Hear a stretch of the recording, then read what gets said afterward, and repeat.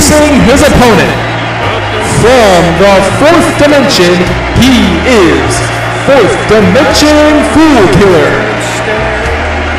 Of course, as we all know, 4th Dimension Fool Killer made his presence felt for the very first time in that No Limits Championship match. That was a gauntlet match created by Fool Killer himself. Of course, badass Jamie Hyman was in the ring against Fool Killer. He was a surprise entrant. This is what it looked like.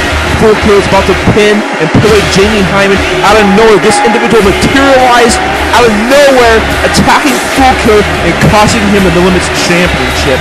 And ever since, this man right here been making Fool Killer's like a living hell, all with hours with all his unnecessary gimmicks. Have been canceled the UWA.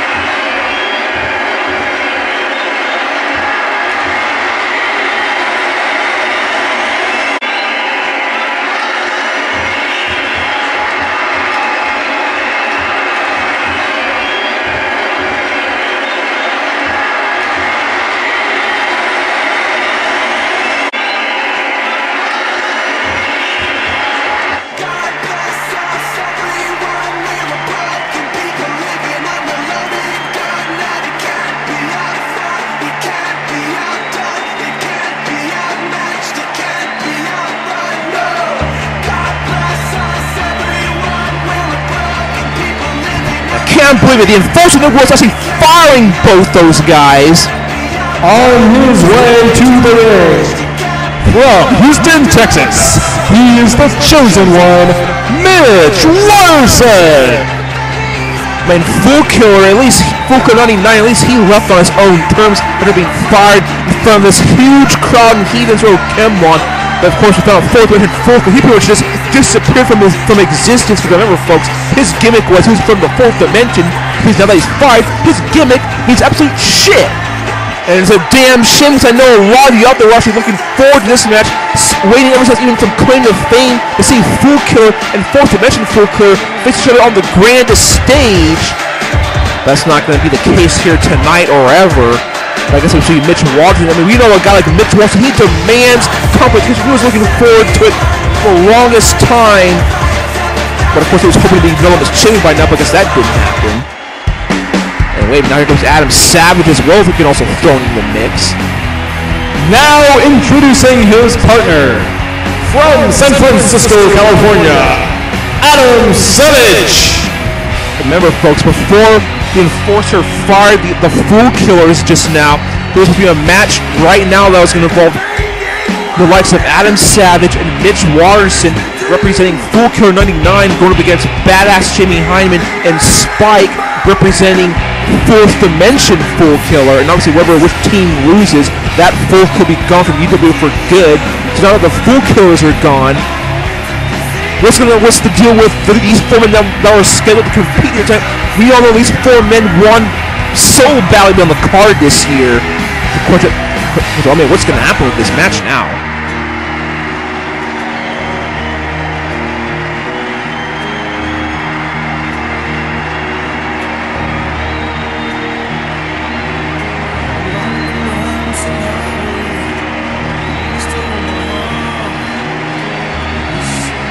So I guess we're just waiting for the word coming from the enforcer, but until then, I guess we have an impromptu match here tonight at Pandemonium.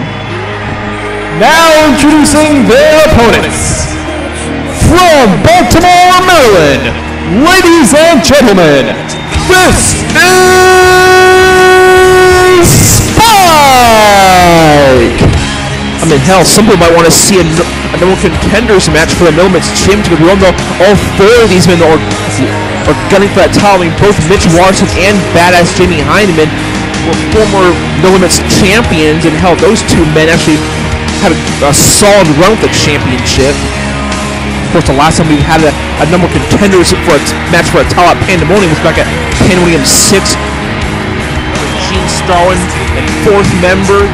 And while Diego had a three-way duel, of course, Gene Starwind was victorious at that one. That was a tremendous match indeed.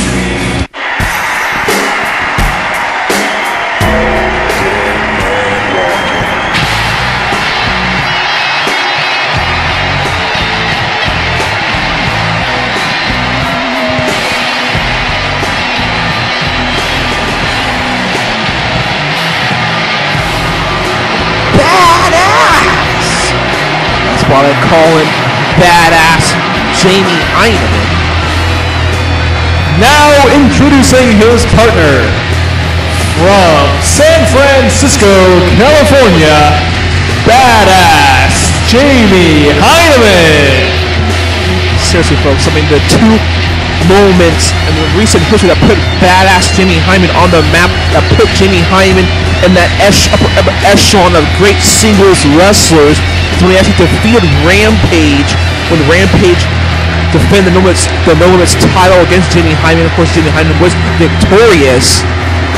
And this was right after holding Bash from last year. And of course, who will ever forget that huge match that Jamie Heineman had with Mitch Waters. And those two men practically, not only did they practically kill each other, but later on they competed in the Spur to Spur matchup. That goes to show you how promising the career of Badass Jamie Heineman's singles career can be, along with also the likes of the chosen one, Mitch Waterson. I mean, that's why Mitch Waterson is so hell-bent on competing here tonight. That's why not only he wants to face Spike and Jamie Heineman. If you thought how great his match was, like a Spurter, imagine how great it's going to be here tonight at Pandemonium, where he's been put on all the stops.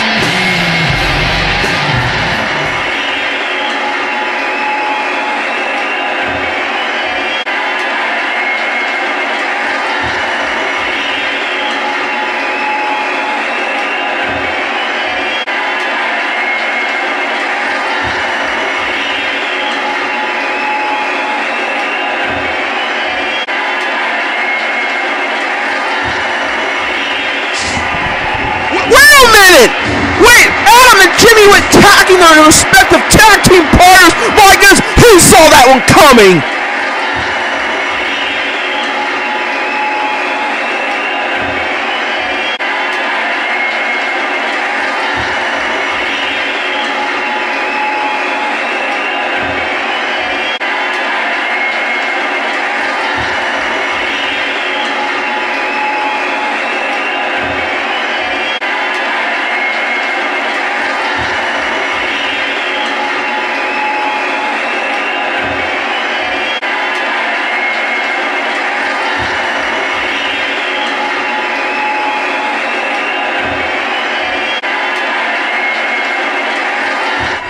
My goodness, there's the bell. And obviously, Nick is pissed off as hell as you see his partner, Adam Savage, blatantly attacked him.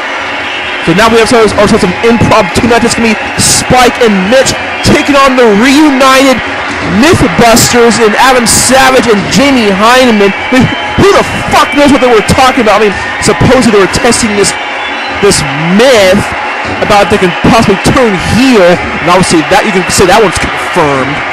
But what the hell do you mean that Adam Savage and Jamie Heineman were in this from all along? Even everything that happened with the Fool Killers.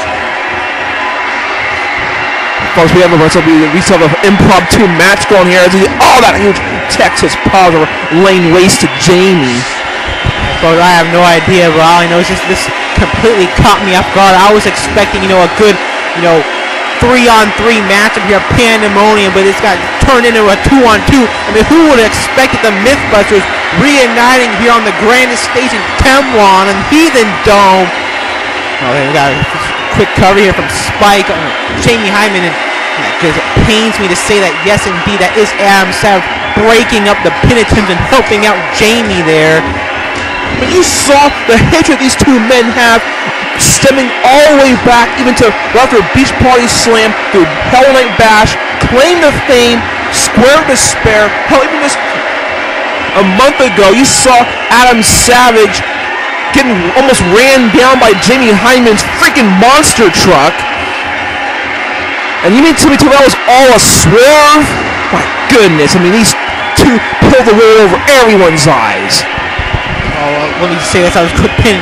Spike kicks out, but all I have to say is this: if it was indeed a swerve, if they swerved us all along, then myth confirmed. That's all I have to say, because it definitely got me good, as well as I hope maybe all of you too. The match continues here.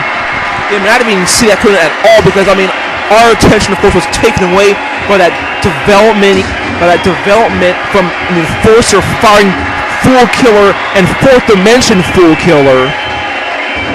But back to the action, you see Spike. Oh, that huge atomic, that damage shaking the entire arena by that impact.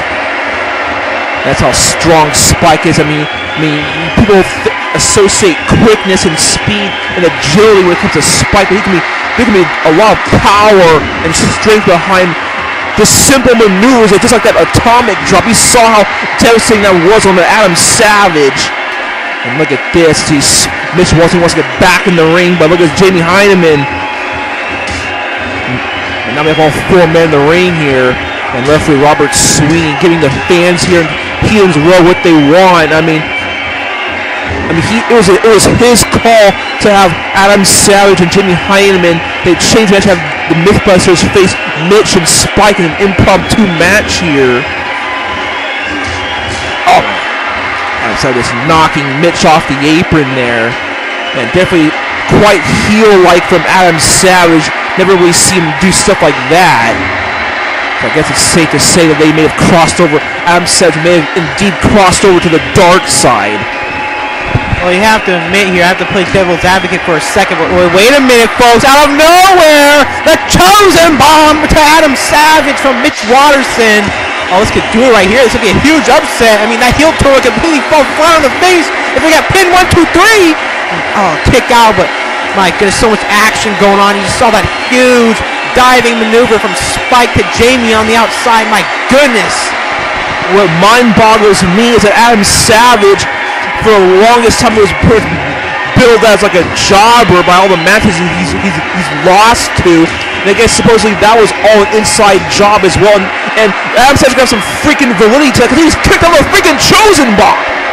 Took the words right out of my mouth, Ross. That's exactly what I was about to say. I mean, you know, the Adam Savage of the past obviously wasn't working for me here in these quick few minutes. He's already had a lot more offense and momentum than I've seen in him ever since they split up.